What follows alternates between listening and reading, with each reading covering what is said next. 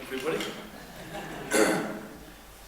My name is Mike, and today I'd like to begin a new series of studies on the Gospel of John. Who could forget that incredible opening verse? In the beginning was the Word, and the Word was with God, and the Word was God. The Gospel of John is quite simply a literary masterpiece, written by a Galilean fisherman, the son of a Galilean fisherman. God chooses very ordinary people to do very extraordinary things.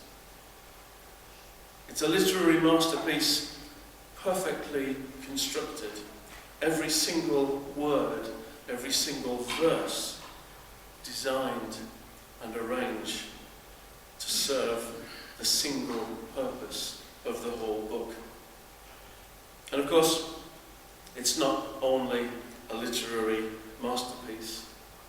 John's Gospel is the Word of God. It's a remarkable and compelling presentation of the person and the mission of the pre-existent, eternal Son of God, gradually revealed in Jesus, culminating in his death and resurrection and his return to glory at his Father's side. John's Gospel is different from the others. Luke's and Matthew's Gospels, both of which were written between AD 65 and AD 70, those two draw heavily on an earlier account of Mark, which was written around AD 60.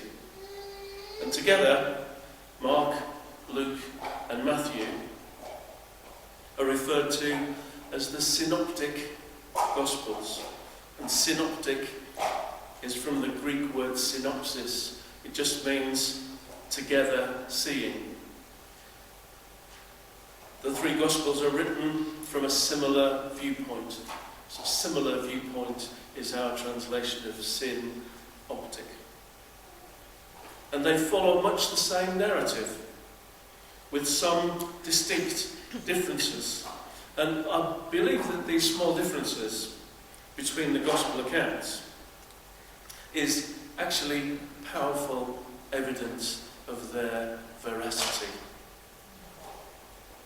One of the clearest indicators to detectives who suspect that a suspect being interviewed is lying is if their account of a particular event aligns perfectly with that of another suspect.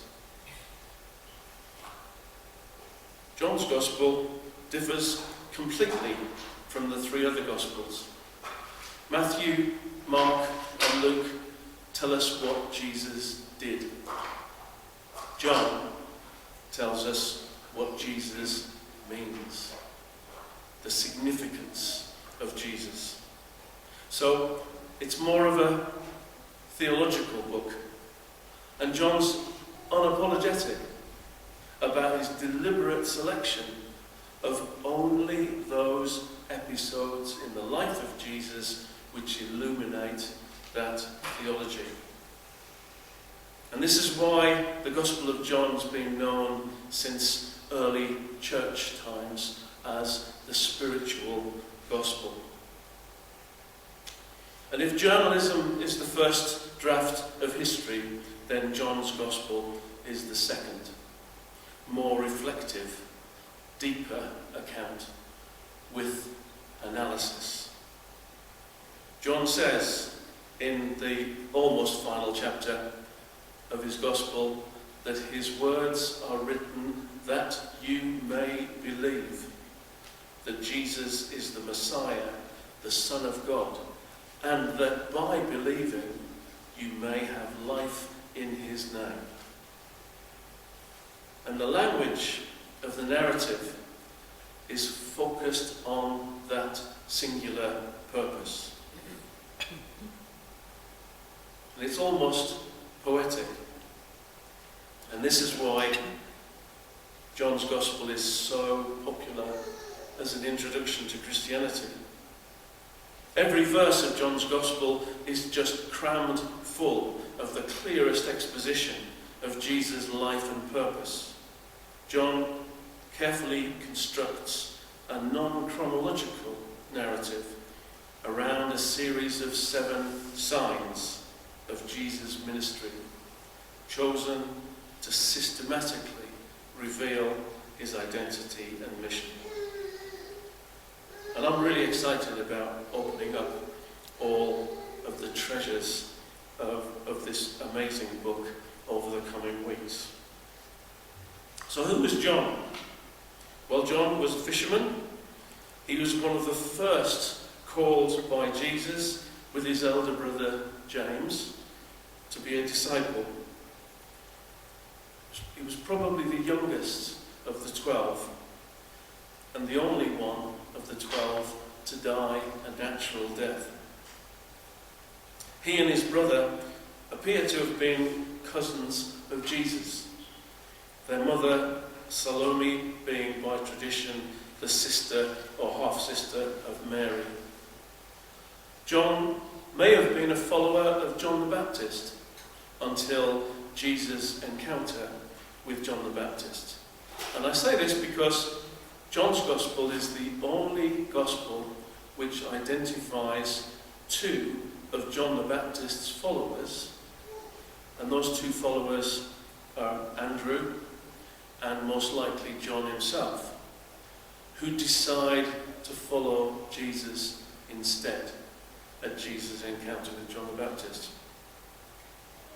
John and his elder brother James were called the sons of thunder by Jesus. So the Hebrew word is Boanerges, sons of thunder.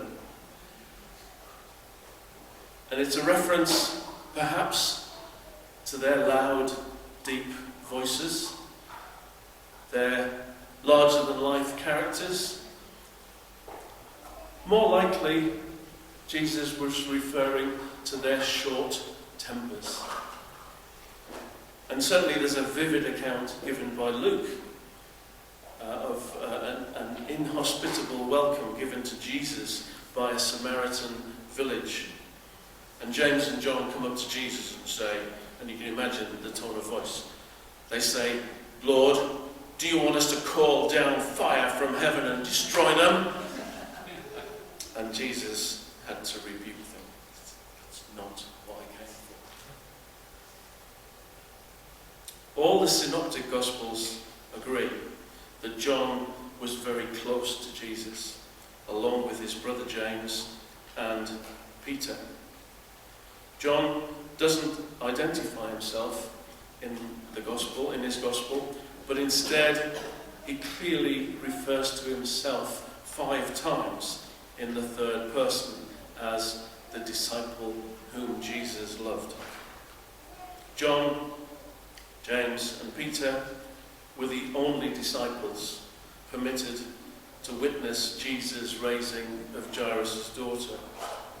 The only ones who witnessed Jesus' transfiguration, and the only ones asked by Jesus to pray with him and to keep watch at the Garden of Gethsemane on the night of his betrayal.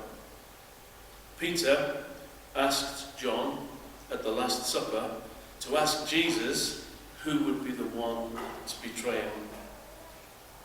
After Jesus' arrest, only John follows Jesus to his trial and makes it possible for Peter to come too, only for Peter to deny Jesus 3 times. John was the only disciple at the foot of the cross and was asked by Jesus to look after his mother Mary. And when Mary Magdalene came to tell Peter the news of Jesus' resurrection, it was John who outran Peter to reach the tomb first. John, with his brother James and Peter, were prominent leaders of the early church, to whom Paul referred in order to establish his own apostolic authority amongst the Galatians. And Lindsay and I have been fortunate enough to visit the Colosseum in Rome. I don't know if you've ever been there. I find it difficult to explain the overwhelming feeling of dread that I feel when walking through the dark tunnels that lead into that magnificent open arena. It's as if, to me, that the walls themselves have absorbed all of the fear and the blood and the death and the spectacle of that bygone age. And the historian Tertullian writes that during the reign of the Roman Emperor Domitian and his cruel persecution of the early church in the 80s and 90s of the first century, John was lowered into a vat of boiling oil, and he emerged unscathed. And Tertullian recorded at the time that all in the audience were converted to Christ upon witnessing this event. And I have no doubt that if that story is true, that this was doubtless the point at which the Roman authorities decided that they would have to do something about John. And so they exiled him, as they did with many political opponents and magicians and sorcerers and troublesome prophets. So they exiled him to Patmos. John died at the age of 94, probably in Ephesus. So, what are the elements which make John's Gospel unique? What are the things we're going to be looking at over the next couple of months? Well, a number of things. John's Gospel is very individualistic in emphasis. John promotes the direct relationship between the individual believer and Christ. And that's in contrast, for instance, to the Apostle Paul, who emphasizes the community aspects of being a believer. Jesus' first miracle, the wedding at Cana, is only mentioned in John's Gospel and presented as heralding Jesus' work on earth. In John, there's no mention of hell, and there's no nativity account. There are none of Jesus' parables in John, although there are some metaphorical accounts that he's chosen to illustrate Jesus' mission. And a couple of examples are the Good Shepherd and the True Vine. And John, and only John, gives the reason for Jesus' arrest and prosecution as his raising of Lazarus from the dead, and not, as in the Synoptic Gospels, because of his cleansing of the temple. And John also emphasizes the importance of women in ministry. By his account, not found elsewhere, of Jesus' encounter with the Samaritan woman at Jacob's well. The Samaritan woman is the prototype of the missionary. And John also identifies Mary Magdalene as the first person to see the risen Jesus. So John offers up his unique gospel account to us all, that you may believe that Jesus is the Messiah, the Son of God, and that by believing you may have life in his name. It's going to be a wonderful adventure. Amen.